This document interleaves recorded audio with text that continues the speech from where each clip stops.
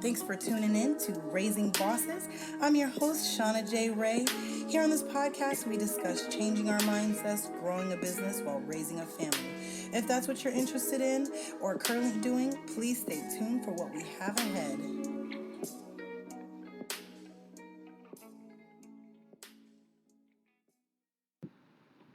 All right. Thank you guys for joining me. It's Shauna J. Ray. Thank you for listening to Raising Bosses. Here I have today Danielle Kim, excuse me. She is a photographer of Lotus and Lily Photography out in Colorado. She has 4 little ones that she is raising right now while pushing her business out there. So I'm going to give her the floor and we're going to start talking. Thank you, Danielle, for joining me. Thank you for having me. I'm excited to be part of the podcast and kind of share a little bit about me and my mompreneur life. Yes, I love that word, mompreneur. I love that word so much. So go ahead and tell me a little bit about yourself, Danielle. So I am a photographer by trade. That is my full-time job now. Making money off of it. I recently took a leap this year, I think, and just kind of dove into doing it full-time. Gigantic leap. I have 4 little ones. So definitely kind of just the universe aligning this year and giving me a chance to really focus on my passion and believe in myself a little bit more, push myself really hard, and just make it happen for me and my babies. Beautiful, beautiful. I love all the verbiage that you used in that. So you said you've been a photographer full-time for a year. How long have you been doing photography and what were you doing before photography? So I've been doing photography total, I guess, 5 years. Happened upon it. My sister bought me a camera when she moved to Hawaii so that I can share pictures of my little ones with her.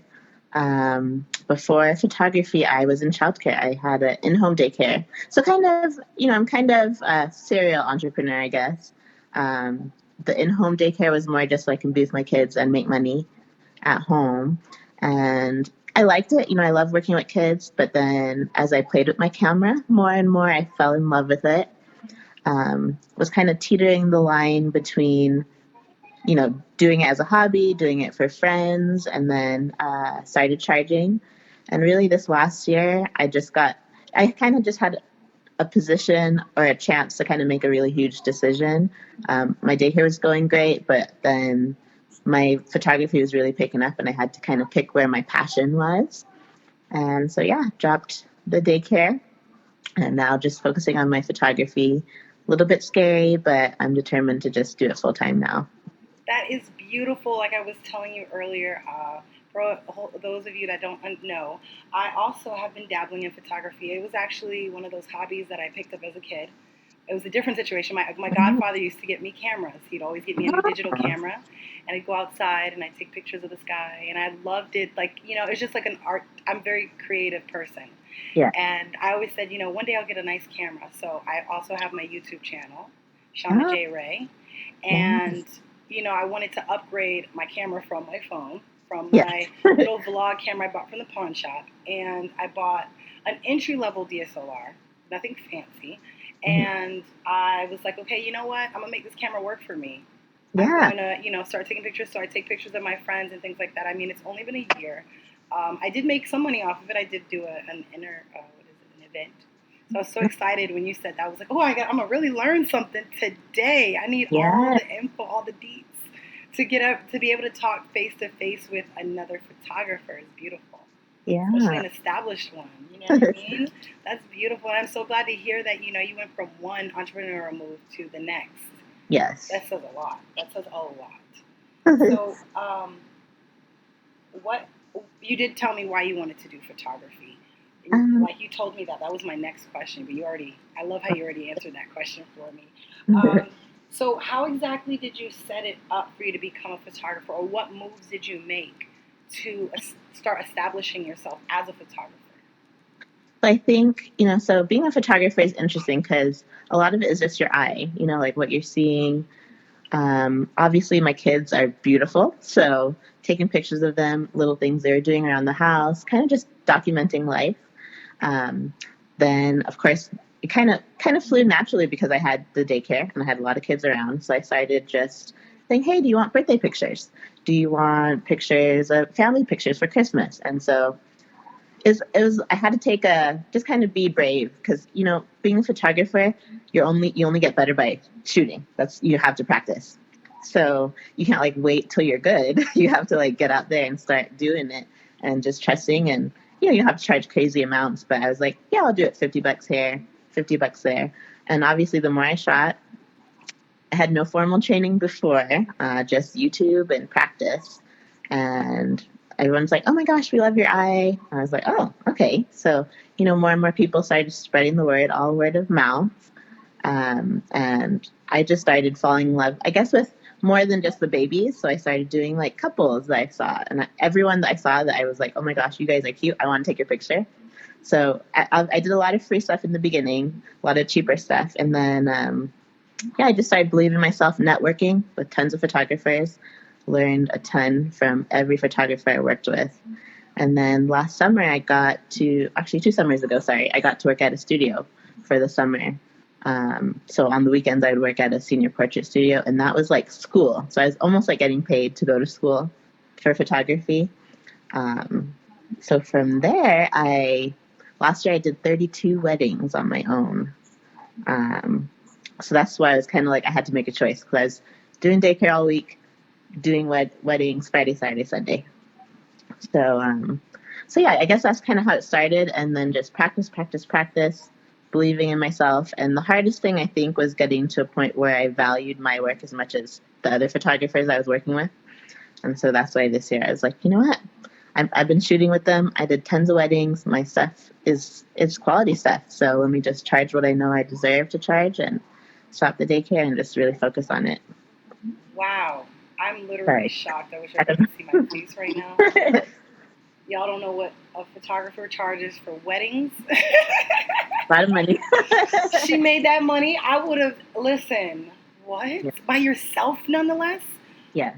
Oh my, I keep telling my husband, I'm like, listen, if I get a wedding, I'm grabbing you freaking little camera. Yeah. A decent little camera. Get him to second shoot with you. Yes, because I'm so shocked. I'm so stressed to do it by myself when I did the event by myself. And it was a bit, you know, much. And I was also there for my friend, you know what I mean? So it was like trying to like, and I set up like a little studio area on the inside. Mm. But you just, I mean, I learned the same way from YouTube. I actually did a couple of courses on Allison.com, things like that. And I learned a lot because I already knew certain things and I pick up quick. But the thing that always got me was like certain things they don't always tell you. You know what I mean? Like the networking thing, like that's great. But like the way you said working with them and working at a studio, that's like, you know, my sister, she wants to be a vet. So one of her jobs was working at a shelter or a kennel or whatever. So it's like, that makes so much sense. Like I never even thought of that. So if anybody's listening who's a photographer, like that's huge. Well, oh my gosh, mind blown. Mind just blown. And I love the whole like you said, you networked with so many people, and like that's my biggest issue has been with the photography because it is a physical thing. I know that I can move with it. So like I told you, my husband moves a lot for work, so I wanted something that I could take because I do sew, and that was my first passion, my first business, and it's like I realized the overhead for that is so extensive that I have to figure something out where I can have time and make the money to have the space to always have it move with me or have a set spot for it or something. So photography was going to be one of those movement things. Excuse me. But now I live an hour away from my friends and I shoot for my friends and it's like scheduling is haphazard or like I get with them but it's, you know, something goes wrong, awry or whatever. And it's like I'm trying to find all different ways to network in my area now. It's like you said, the practice. I noticed from my beginning pictures, I did a maternity shoot I have a maternity shoot that I did. A friend of mine who just moved, she helps me with like so much stuff. And it was beautiful. And then now that I look at it and I've learned different things, I'm like, oh, I could have done this much better. I could have done that. Not that I can't go back and like fix the editing. It's more or less the editing. But, you know, not so much the shooting of it, but the editing of it. I was like, oh, I've learned this, and this. Yeah. So it's like, oh, like, you know, you're just blowing my mind. I'm so glad I got to talk to you on this. So glad you, like, you know what I mean, responded to this, to do this with me. Yeah. So you're a mother of 4. Mm-hmm. and you've already, like you said, you learned from YouTube and everything. What challenges did you face? Like, I know you said you had the in-home business, but juggling kids and schedules and other side of work and things, trying to be a photographer when you were becoming established. How did you manage, or what pros and cons did you have? So I think so. The biggest struggle for me, the point to where I was started to really establish myself, unfortunately, came kind of hand in hand with me splitting from my ex and becoming a single mom.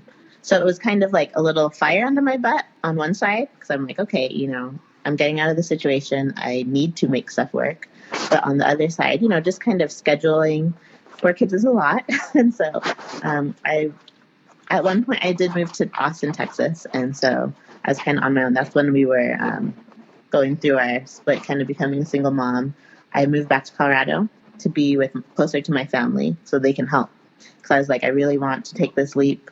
Like you said, photography is something you can move with, so you're not stuck anywhere. Um, Clientele, is different because I'm coming back and having to build up clientele where I am again. But um, I have family, so they were able to help with like watching the kids. So obviously, wedding industry, it's Friday, Saturday, Sunday. Um, Not typically all the way during the week. So I think just kind of making sure that my parents didn't feel like my kids were a burden to them, because it was like they had to have them every weekend, Friday through Sunday, and I was shooting every day. And then also balancing it with me working. I was literally working 7 days a week. Doing my daycare, I closed on Fridays, but then doing my photography. So I guess just finding a balance between still having time to be a mom and pushing, this business that I started believing in and knew it's unlimited income, what you put in, what you charge, your quality is what you make. So I knew it wasn't like anything I'd be stuck in. I would feel stuck in rather like, okay, I'm only going to make this much. I knew that it was something that I can establish like just a healthy financial situation for me and for kids and not have to be stressing, like waiting for the next paycheck. I think I'm different from a lot of people, and I feel like women that are entrepreneurs, they might have that spirit. So I didn't feel I didn't feel like some people feel where you have to like jump back into a regular 9 to 5 and have that security. Because for me, that was the opposite. Like I felt like that would make me feel stuck. So security for me was knowing that I don't have a roof financially. And so I think that was really just the pros and cons, really scheduling time. And my other biggest thing was learning how to, because now I knew I was taking a leap with being a single mom, a leap with doing my own business. I had to learn how to charge what my work was worth. I love that. So, do you ever travel for your photography work? Because I mean, doing weddings, I know a lot of people travel abroad sometimes, or just in general. How do you manage travel with the 4 kids? So again, my family is a big help. I have a really supportive man in my life right now. So everyone's just kind of helping support my dreams right now. I have done, plan to do, and I'm gonna do a lot of traveling with photography. Last year on Valentine's Day, I was in Paris and I did an elopement in Paris, which was amazing because I kind of made it like a Valentine's birthday shoot. My birthday is coming up on Friday. Oh, beautiful! um, Happy early birthday! Thank you. So yeah, I got to go to Paris and Europe. I went to Paris, Amsterdam, and Spain. I did 3 shoots. Um, I'm always looking for ways to get out of Colorado. I love Colorado, but I just love seeing different stuff. So I network in photography groups all over the U.S. See if people even need me as a second shooter for weddings. If there's couples doing like destination weddings. So far I've been to Europe, been to Hawaii. I'd done a wedding in Atlanta, a couple in Austin, partially because I knew a lot of people there, and Florida. Oh, And here in so, Florida. oh, you guys are? Oh, cool. Yeah, so this year I have 2 out-of-state ones planned so far, but I'm hoping to get 2 more. My goal is 1 international one and then 3 just somewhere outside of Colorado. Beautiful. Oh, I can't wait to travel for any of the things that I'm trying to build right now. Like, I love to travel. My mom's still a traveling baby. Oh, Yes. that sounds amazing. I think Paris is actually my first on my list for this Um, year. I'm like, gorgeous. no, I told my husband we're getting the freaking passports. We are traveling. Yes. We'll travel without you. Like Yes. out of the country travel, you know what I mean? And Yeah. like Paris, I wrote it down the other day. Paris is on my list. My sister just came back from Paris. My sister is an established social media model and like, or Oh, she's more than a social media model, but she's up there. So yeah. she went to Paris. Oh, I can't wait to go. That is It's beautiful. beautiful. Thank you for all these good vibes. Yeah.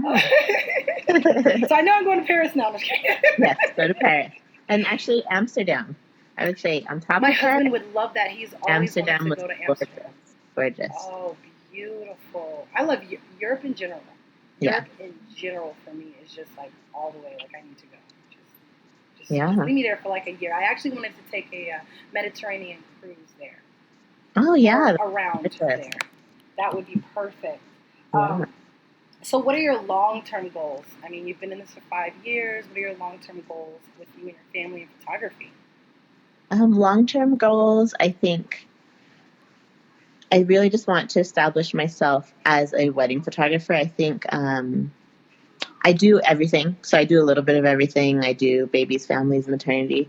But I guess I want to get to a point long term where I'm shooting less, but shooting weddings that are like really highlights for me and making money so I can enjoy life and travel with my kids and my significant other. And just, I want to have time freedom, money freedom, and do what I love. So, really, just a combination of those three things is long term. I think photography something has no age on it. You can do it forever. And so that's a blessing. And, I also want to be able to get to a point where when I'm doing these overseas trips and stuff, I can take my kids and do family trips and get learning experience out of it. So that, it's more, it's enriching for them as well. Oh, beautiful. You sound like me. That's exactly what Yes, I want because I I hate love when it. people say, oh, when you have kids, oh, I guess you can't travel. I actually want to be one of No. those families. My kids are homeschooled as of the last 2 years. And I'm like, that's going to make it easier for me if I can build Yes. something, especially digital, Mm-hmm. and go out and travel with my kids because why do I have to wait one and then hinder them from being around the world, like going around the world? Why do I need to hinder them? Like, yes, Yeah, it's more expensive, but that's why I need to make money. exactly. And they learn so much, They do. like I homeschooled my oldest for 2 years. He's 9 now. But now they're going to a school that does kind of a co-op. So it's a performing arts school. They have the option to be in school full time or they can do homeschool and go for the arts. So right now they're in school full time, but I have that flexibility. I know I can take them to the homeschool portion. They can still have the same friends, still come to school every once in a while, and still focus on the arts. So that school has been a huge blessing because, like last October, I took them to England with me to do a shoot, but they also got a little vacation. And, a lot of people are like, oh my gosh, when you have kids, you're just stuck. Like, finances are so hard. Your traveling days are over. A lot of people, I had kids, started having kids at 23. So everyone's like, you're so young. Like, you missed your 20s. But I'm like, I didn't miss anything. Like, I can travel and do With as them. much as I can with them. And it's enriching for them. Like, it's so much more enriching for them to go out and see different cultures and see different languages and experience different foods and um, people get confused. Like people are just like, oh my gosh, you're always traveling and you have 4 kids. I'm like, yeah, but you make a way for what you want. I believe that 100%. I believe that 100%. You manifest what you want. So if I want to take them to Europe with me, I'm going to make enough money to take them to Europe with me. You are saying so much of all the right things to me right now. Like, are you me? Are you telling me We're something? Were you sent here to tell kindred me this?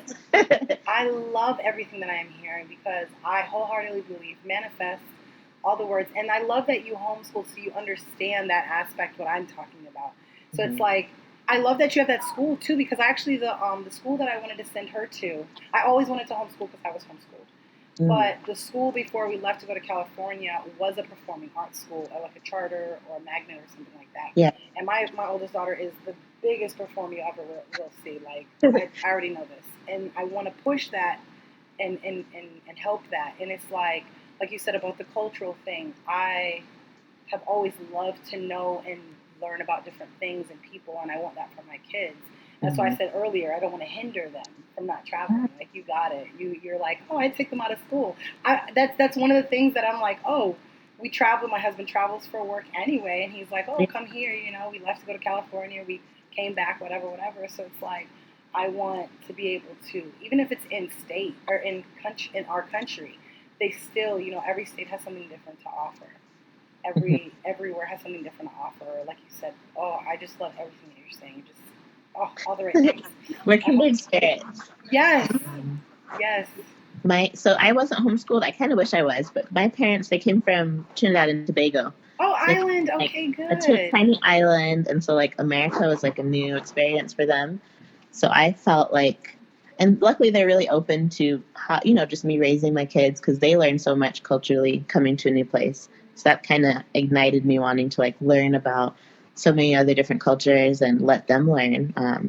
You know, and also like my kids are very mixed, so they have a little Chinese in them. I just want them to learn and love all parts of them and all parts of the world and people. And one of the biggest blessings I would say is even letting them learn that friendships and bonds don't have to be tied to where you grew up or where you go to school. Like my daughter, she has her best friend lives in San Diego. So I met another mom, and they move to a different state every year. Um, yeah, they move to a different state every year, and they just travel. And so it's kind of nice. They don't see each other every day. They don't get to play at recess every day. But we always take like one trip and meet them somewhere random. And, you know, it just kind of gives them a different outlook on relationships and bonds. And, you know, there's just so much that I think this world, you feel like you have to do things a certain way. And there's really so many different ways to do stuff and experience life. I completely agree. It's so funny that you say that. So a lot of people would argue that the kids, they need stability, and I believe in stability, but Mm-hmm. also the stability can be that my parents are there and I get Mm-hmm. to do this with them. Yeah. My daughter, you know, we lived in the same house for the first 8 years of her life, and I love that I was able to do that. I'm not disagreeing. But growing up, I lived somewhere for 4 years, somewhere for 5 years. Then we moved, you know, to Orlando, and I've been in Orlando for over 20 years. I moved to Georgia for about a year, and I have always had like a friend in that state that I lived in, and like, you know, I stayed in touch with them. So my best friend since I was 8 years old, she stayed in Virginia and came here.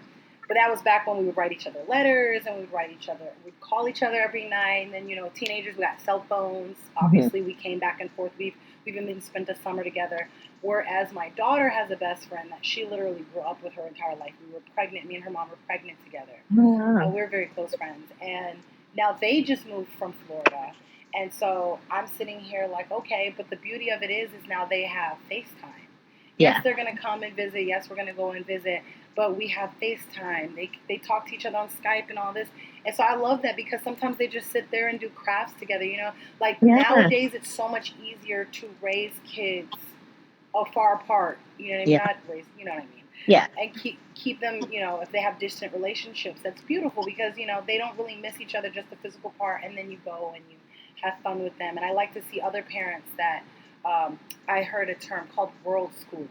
World schooling, yes. I World think I've heard schooling. that. I love it. I love it. I love that. I want to be a world schooler. I want, you know, I always tell people, oh, what about socialization? And it's like, first off, in school, you don't get to socialize. You sit down, you be quiet, and you read this book, you listen to this lecture, and then recess for 45 minutes, and then a half an hour of lunch. Then you can socialize, right? Yeah. So I'm like, but when you're world schooling or even homeschooling, my daughter will tell you she loves it because some days I'm running errands and she has to do her work in the thing, but she gets to help me come here, come there. That's how I was with my mom. Yeah. Or like I have specific programs that I take them to, like at the library where they meet other homeschooled children, or their extracurriculars, dance and gymnastics and things, and they get to meet new friends, Mm-hmm. and they get to actually, you know, play and learn with them, and they aren't stuck to anything. You know, they get to. I always tell people too. I would have never really had friends from school. Even when Yeah. I went to school up until fifth grade, I don't have friends too much from school. Yeah. Most of my friends were made at work, out and about, going Yeah. to extracurriculars. Like I was telling somebody the other day, I have these friends, they're twins. We went to Taekwondo together. We took the after school bus together from the same school. And we were only a grade apart. I think we had recess together, but I didn't actually meet them from school. Met them from my extracurricular. So it's Yeah. like people don't realize, I just want to like put that out there. Sometimes when people hear the word homeschooling, they think lock you in the room and you sit in there and you do your work and you never go No. outside to play. Nobody is outside. Nobody sees them. That's not Yeah. how it They're is. like secluded. Secluding, exactly. Not. Like that's not it. My kids are everywhere, and plus Yeah. because we don't live inside of Orlando anymore, but we have so much friends and family there. We travel back and forth an hour, at least once a week, to go Yeah. see everybody or whatever I've got going on. And so they travel around or Florida all the time. We go to Miami, all the time, and Yeah. Georgia and things to see family. So it's like with homeschooling, it is easier to just kind of up and move your kids. And I think that's another reason why people are afraid to travel with their kids, because when you think about it, if your kid is in school 9 months out of the year, Mm-hmm. it will hinder them with their work, with truancy, if they do miss, because you want to go to Europe for 2 weeks. Yeah. They can't miss 2 weeks of school. Yeah. You can't just uproot your kid for 2 weeks from school and say, hey, we're going to go, Yeah. go around Europe or wherever, Paris or whatever. But they can, you can just grab them and say, hey, grab your books, grab your computer, Mm-hmm. and make sure you do an hour of telling my daughters, like, when we do start traveling, you're going to have an hour set aside at this part of the day or whatever to do this work, and then we'll go out and have fun.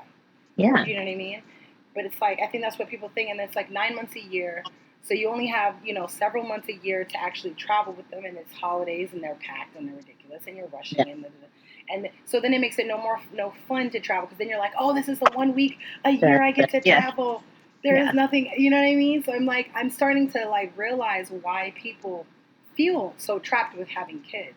Because Mm-hmm. I was also a young mother. Me and my husband were 20 and 21 when we had our first daughter, and she's 9 now. And Oh, well, we, I haven't. My oldest is 9 too. yeah, you were saying Yeah. earlier, yeah, like Yeah. we had her very young, and I always wanted to travel, and like my husband is starting to learn how to come out of the whole like, we are trying to build ourselves up from when we had our kids young, but it's like I never felt trapped. I never felt like, oh, I actually preferred the summers Mm-hmm. when I could run around with her, and I started working at home 3 years ago, 4 years ago, and in the summertime, since I was off in the day anyway, I was Mm-hmm. able to run around with my kid and do stuff with her instead of Yeah. throw her in a school for 8 hours a day and figure out what I needed to do in life or do my errands on my own. And Yeah. it's like the summer came and I was like, oh no, waking up super, super ridiculous early, even if I did at the time, but no, I didn't have to, and then ship her off Yeah. somewhere. You know what I Yes. mean? So that's like really amazing. Like, oh, I love to see people that are on that same level with me. I'm sorry, Yeah. I'm going on. It always turns into something else. It's like, oh, now we're going to talk about this. So let me see. Next question. So what? Oh, actually, we were talking about long-term goals. Have you ever thought about maybe teaching? We're speaking on the digital aspects because, like I told you earlier, I would like to do certain things digitally, so I have the money to do my physical stuff with ease. Have you ever thought of like what is it, like Udemy or whatever, and making courses on that, or maybe making material to teach others? Have you ever? Um, so I guess even like just thinking about expanding, I haven't thought about teaching. I have seen options. I think I'm good as a mentor. Not so much, not so much hosting a course, but I could be undervaluing myself.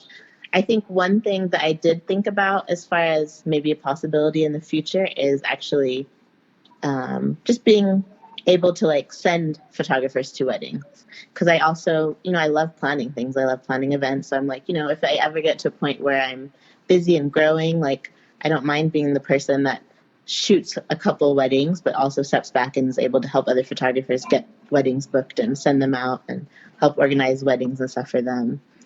Yeah. That's a fabulous idea, because I don't think I've come across a platform for people to be able to do that, and that is actually very important, kind of like a staffing agency. I think Yeah.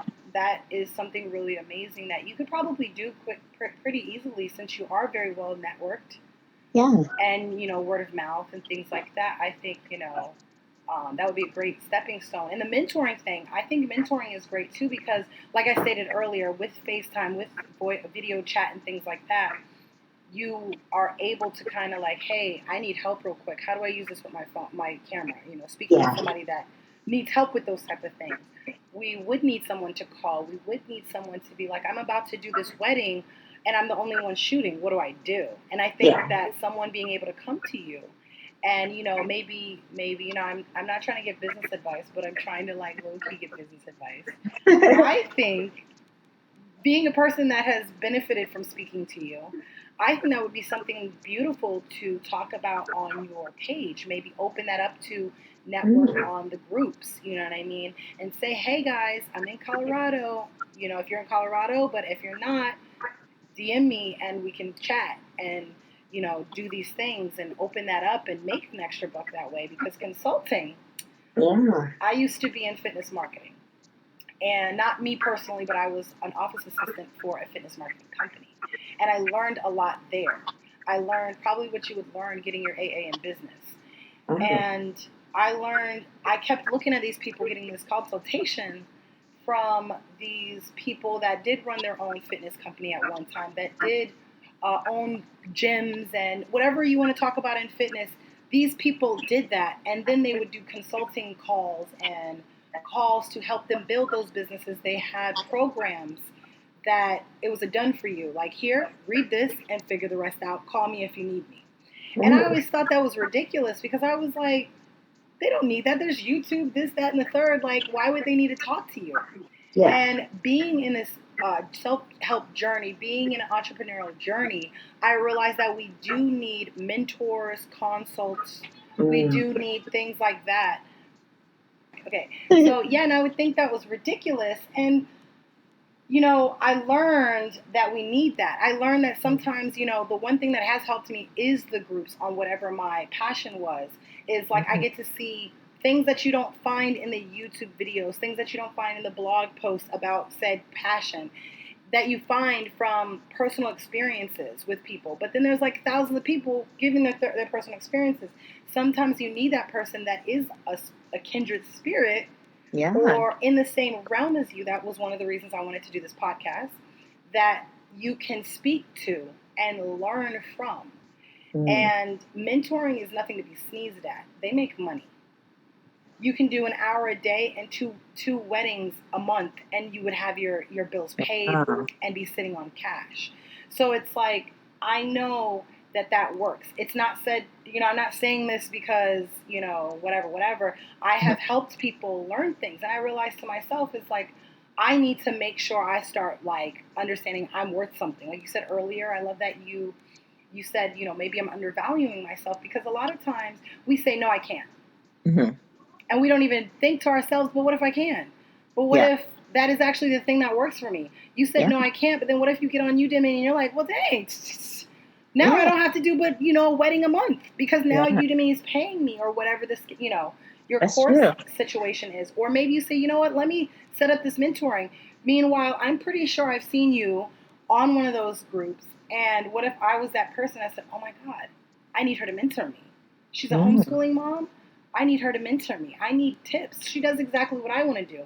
I need those tips. I need to speak to her one on one for more than an hour for a podcast interview.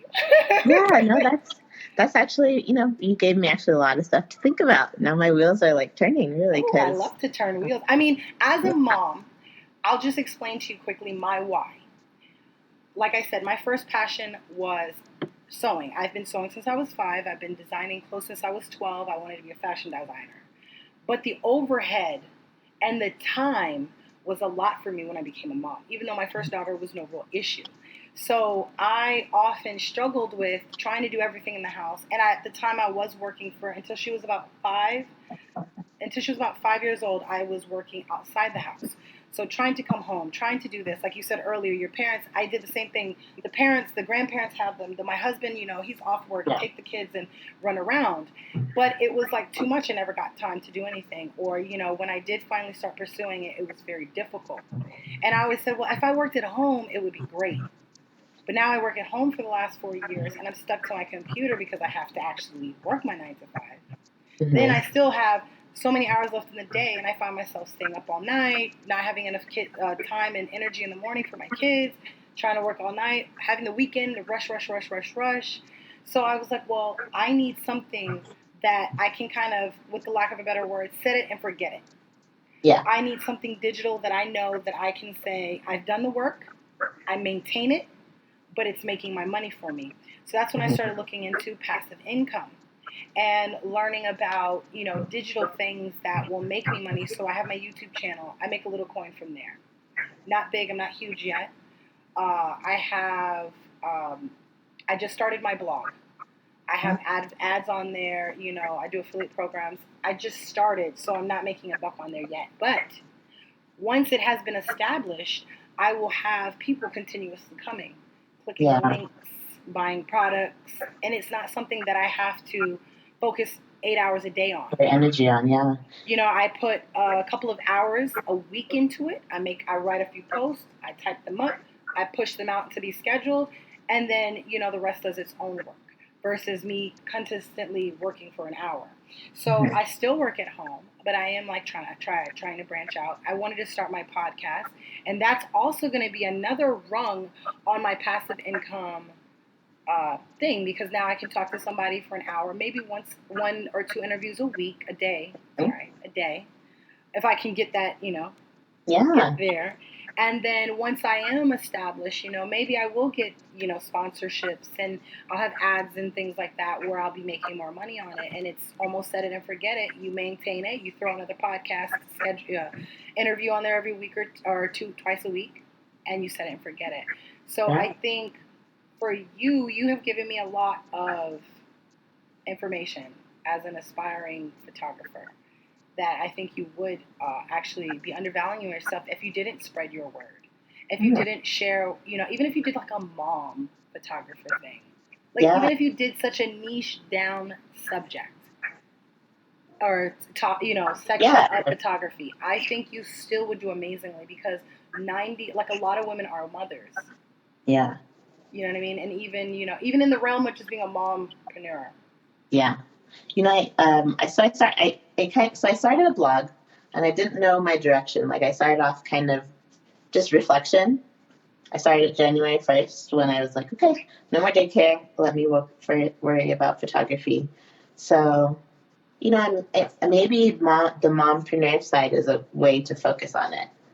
Definitely. Focus. This podcast was going to be a mompreneur podcast, and then I realized that my dad and my grandfather are the two biggest entrepreneurs in my life that I was raised around watching them. Mm-hmm. And I said, I can't exclude the men. I can't, because one, I need to talk to them. There's Yeah. that. I'm not going to sit here and not talk to them and pick their brains. Yeah. But, I realize I have to include that. Now, not saying the moms are, cut off, but Yeah. as like I needed a blend. But Yeah. it's still, my focus is parental entrepreneur. Mm. And, we kind of don't realize what that means until you have, for the lack of a better explanation, until you have a baby hanging off of you and you have a whole a whole line of clothes to come up with in a week, 2 weeks Yeah. before you have a fashion show. That was my life. Yeah. I had a whole 6-month-old hanging off my hip night and day. I'll say hip because, this is not an explicit podcast. But she was hanging off something else. Okay? And I'm trying to sew.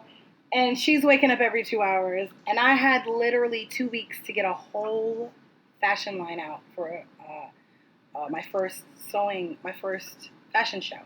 So it's like we don't realize how much work goes into being a parent and being an entrepreneur.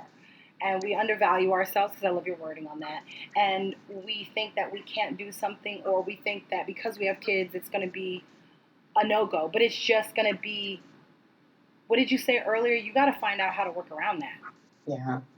I think, you even put another good point. I think, because like you said, you have like your dad, you said about your dad and your grandfather as your entrepreneurial examples. I think sometimes when you grow up in a family like that, because mine would be my mom, and so just thinking back about my challenges, like I was like, it's actually a little bit more of a unique situation too, because even like though I'm doing my weddings on the weekends, it's not like, because my mom, she owns her own business. It's not like the typical grandparent, like either they might be retired now or she has Saturdays and Sundays off, technically, because she still has to make sure her businesses are running. So it's kind of like, it's kind of like a pro and a con, like I was saying before.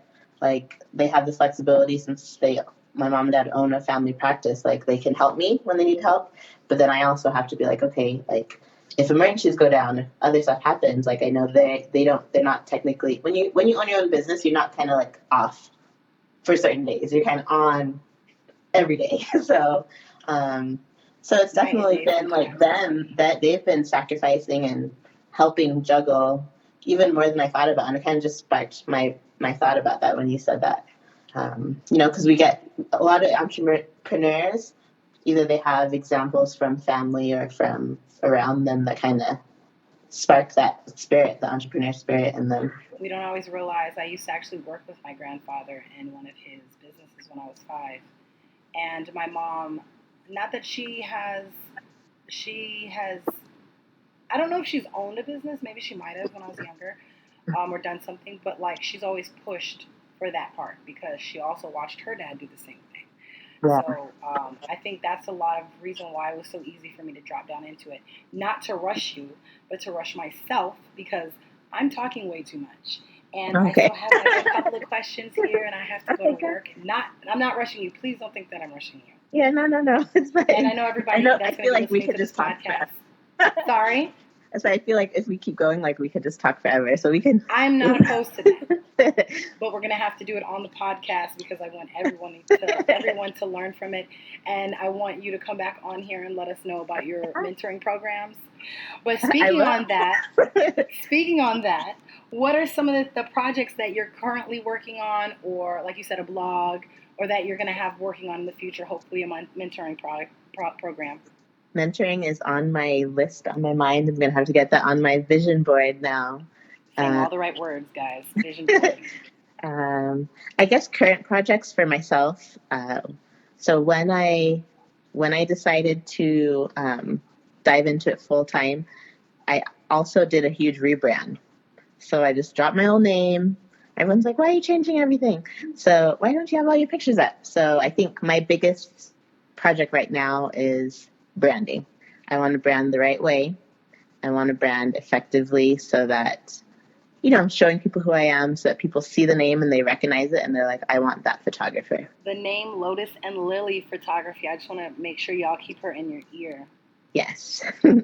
Yes, I understand that completely. Branding has been a thing for me too, especially starting uh, starting the blog and everything because that is a separate entity from Shauna J. Ray. Shauna J. Ray is my social. That's my forefront. You know what I mean? This is who she is, Shauna J. Ray. But these are things she does, and that's what it's boss is. So that was kind of my brand situation there, and I actually physically just changed my brand, and I don't know, I might change it again. My actual logo, I'm sorry. So it's like, but yeah, rebranding is important branding because you want people to know you like the Pepsi logo. Yes. You want them to know your name. You want them to know they can't see those colors without thinking about you. Yeah. So that's important, or those shapes or whatever is in your logo or whatever you've got.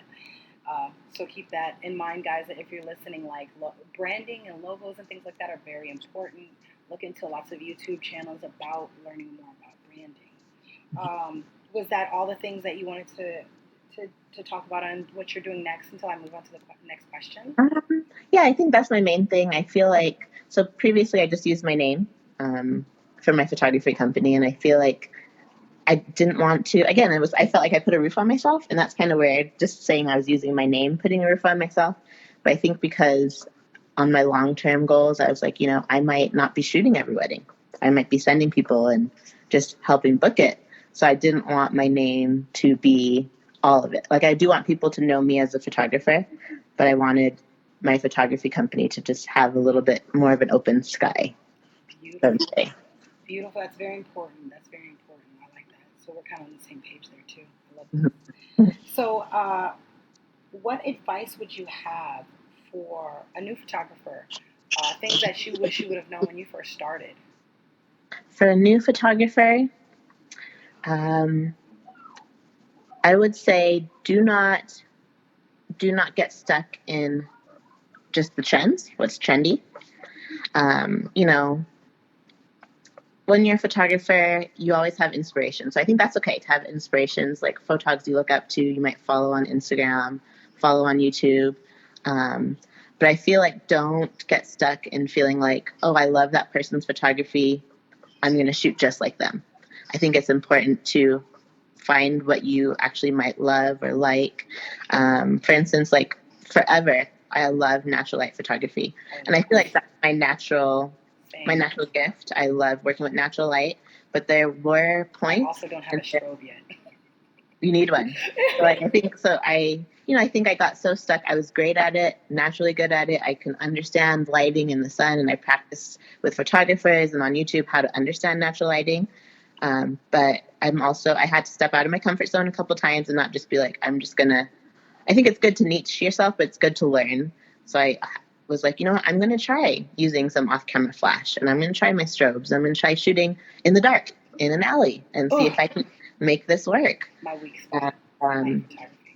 Yeah, definitely one of my weak spots too. But I feel like as a new photographer, try different things, try different styles, and make sure that you're not holding yourself back, because you might think, oh, I'm a great natural light photographer, and you might end up being like this light whiz and know how to work the stuff and position different lights and reflectors, and you might be a whiz at that. So I think just be open to learning all different styles would be my biggest advice. And then my second biggest would be like, don't be afraid to put your work out there. At first I was, because I was like, oh, it just looks horrible. And it can be kind of heart-wrenching at first, but if you put it out there, you can get creative criticism, and then you can compare your work later. So I think just kind of be willing to take a leap and put your stuff and let people tell you what they think about it. I know I'm still talking too much, but you've made a really good point that I wanted to talk about because it resonated with me personally.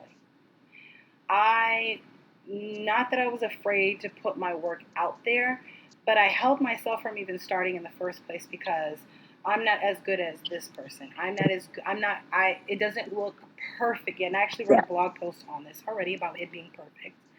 And one day I realized that there's people out there that their work is not perfect. Their work is clearly amateur.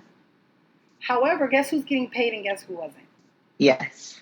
I was sitting back either not doing it or doing it and not sharing it and thinking it wasn't good enough to sell. And this person's out there and was like, I just learned how to sew on Tuesday. Yeah. And they are making money. Someone's paying them. Yeah. Somebody already said, here's some dollars. Mm-hmm. And I know a lot of us hold ourselves back from that. And it's like, if you want to make money from something, how is anybody supposed to know that you're doing what you're doing if you're not putting it out there? I always tell my friends, like, make sure you're pushing your stuff out there in front of all the eyeballs you can. Yeah. Push your stuff out in front of all the eyeballs. Mm-hmm. So that's like really good, especially in a visual art. Yeah, people have to see it. They got to see your work. They can't hear about it. They got to actually see it, because just because so-and-so thought you was good, I might not think you're good, or vice versa. So word of mouth doesn't always work like that, because word of mouth starts and then you have to actually show your work. Yes, you have to have visual proof. Exactly. Oh, you've made amazing points. I love this. You like saying all the right things. Did I tell you to say this? No. I can't.